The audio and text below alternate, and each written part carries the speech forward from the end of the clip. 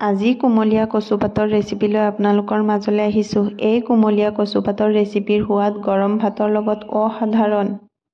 আকৌ এবাৰ হাবিবা পাকঘৰলৈ আপোনালোক সকলোকে স্বাগতম জনাইছোঁ। প্ৰথমে আমাৰ বাৰীৰ পৰা একেবাৰে কুমলীয়া কচুপাত কেইটামান উঠাই ল'লোঁ। এই কচুপাতখিনিত পুষ্টিৰে ভৰপূৰ, খালে বহুতো উপকাৰ পোৱা যায়। এই কচু শাক বা কুমলীয়া কচুপাতত আইৰণ, কেলচিয়াম আৰু আঁহ থাকে, যি আমাৰ শৰীৰৰ বাবে অতি প্ৰয়োজন। এই কুমলীয়া কচু শাকটো বিভিন্নজনে বিভিন্ন ধৰণে খোৱাৰ লগতে তাজি মাছৰ লগতো খায়। অসমৰ গ্ৰাম্য অঞ্চলতে এই কচু শাকটো প্ৰচলিত খাদ্য। কুমলীয়া কচু শাক উঠাওতে লগতে মানধনিয়াৰ পাত কেইটামান উঠাই ল'লোঁ। নকৰা ধনিয়া বা মানধনিয়া আমাৰ পেটৰ কাৰণে বহুত ভাল। ইয়াত ভিটামিন এ পোৱা যায় আৰু পাচনত সহায় কৰে। কুমলীয়া কচুপাত বা কচু শাকখিনিত লাগি থকা ধূলি-মাকতিখিনি পৰিষ্কাৰ হোৱাকৈ ধুই ল'ম। কচু শাক আৰু মানধনিয়াখিনি ধুই একেলগে ভাপত দি দিম। কচু শাকত লাগি থকা পানীখিনি যাতে সৰি যায়, সেইকাৰণে এটা চালনীত নহ'লে ষ্ট্ৰেইনাৰত লৈ ল'ব। কচু শাকৰ কাৰণে আমি ইয়াতে এটা ডাঙৰ চাইজৰ পিঁয়াজ কাটি ল'ম আৰু 2টা শুকান জলকীয়া আৰু 2টা কেঁচা জলকীয়া কাটি ল'ম। লগতে ল'ম থেতু কৰি থোৱা মিডিয়াম চাইজৰ চামুচেৰে এচামুচ নহৰু আৰু এচামুচ আদা। আৰু টেঙাৰ কাৰণে লৈ ল'ম তেঁতেলী, জলফাই আৰু নেমু। এই ইনগ্ৰেডিয়েণ্টছ কেইটাৰে কচু শাক বনালে যোনে একেবাৰে নাখায় তেওঁ অলপ খাব। এটা কথা সকীয়াই দিওঁ, যাৰ এলাৰ্জি আছে তেওঁ কচু নোখোৱাই ভাল। আৰু কচু শাকখিনি তেলত দিবলৈ এটা কেৰাহী লৈ ল'ম আৰু কেৰাহীত আধা কাপ সৰিয়হৰ তেল লৈ ল'ম। তেলখিনি ভালকৈ গৰম হ'লে ইয়াতে দি দিম আগতে থেতু কৰি থোৱা নহৰুখিনি। নহৰুখিনি অলপ লৰাই দিম আৰু অলপ ৰংচোৱাকৈ ভাজি ল'ম।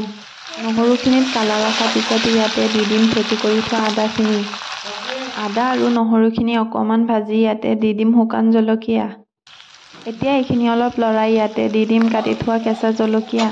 কেঁচা জলকীয়াৰ লগত এই গোটেইখিনি অলপ মিক্স কৰি ইয়াতে দি দিম আগতে স্লাইচ কৰি থোৱা পিঁয়াজখিনি।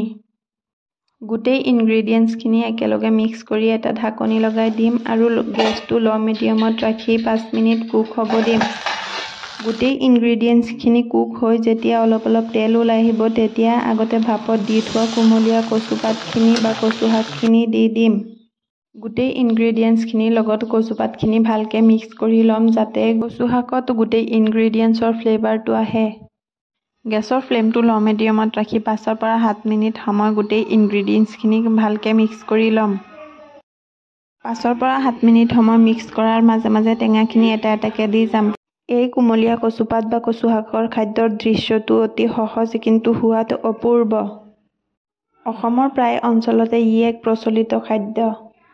গোটেই সংমিশ্ৰণখিনি ভালকৈ মিহলাই ইয়াতে সামান্য পৰিমাণে নিমখ দি দিব। আপোনালোকৰ সোৱাদ অনুসৰিহে নিমখ দিব।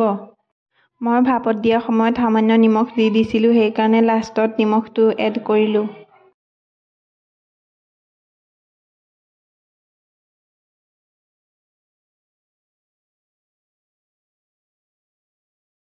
লাষ্টত মানধনিয়া বা নকৰা ধনিয়া দি সামান্য পৰিমাণে লৰাই দিব আৰু মানধনিয়া বা নকৰা ধনিয়াখিনি একেবাৰে মিহি মিহিকৈ কাটি ল'ব। লাষ্টত এই মানধনিয়া বা নকৰা ধনিয়াখিনি দিলে গোন্ধটো বিৰাট ধুনীয়া ওলায়। যদি আপোনালোকৰ ভিডিঅ'টো ভাল লাগিছে তেতিয়া লাইক, শ্বেয়াৰ এণ্ড ছাবস্ক্ৰাইব কৰিবলৈ নাপাহৰিব। কাষত থকা বেল আইকনটো প্ৰেছ কৰি দিব। অন্য এটা ভিডিঅ'ত লগ পোৱাৰ আশাৰে আজিলৈ বাই বাই।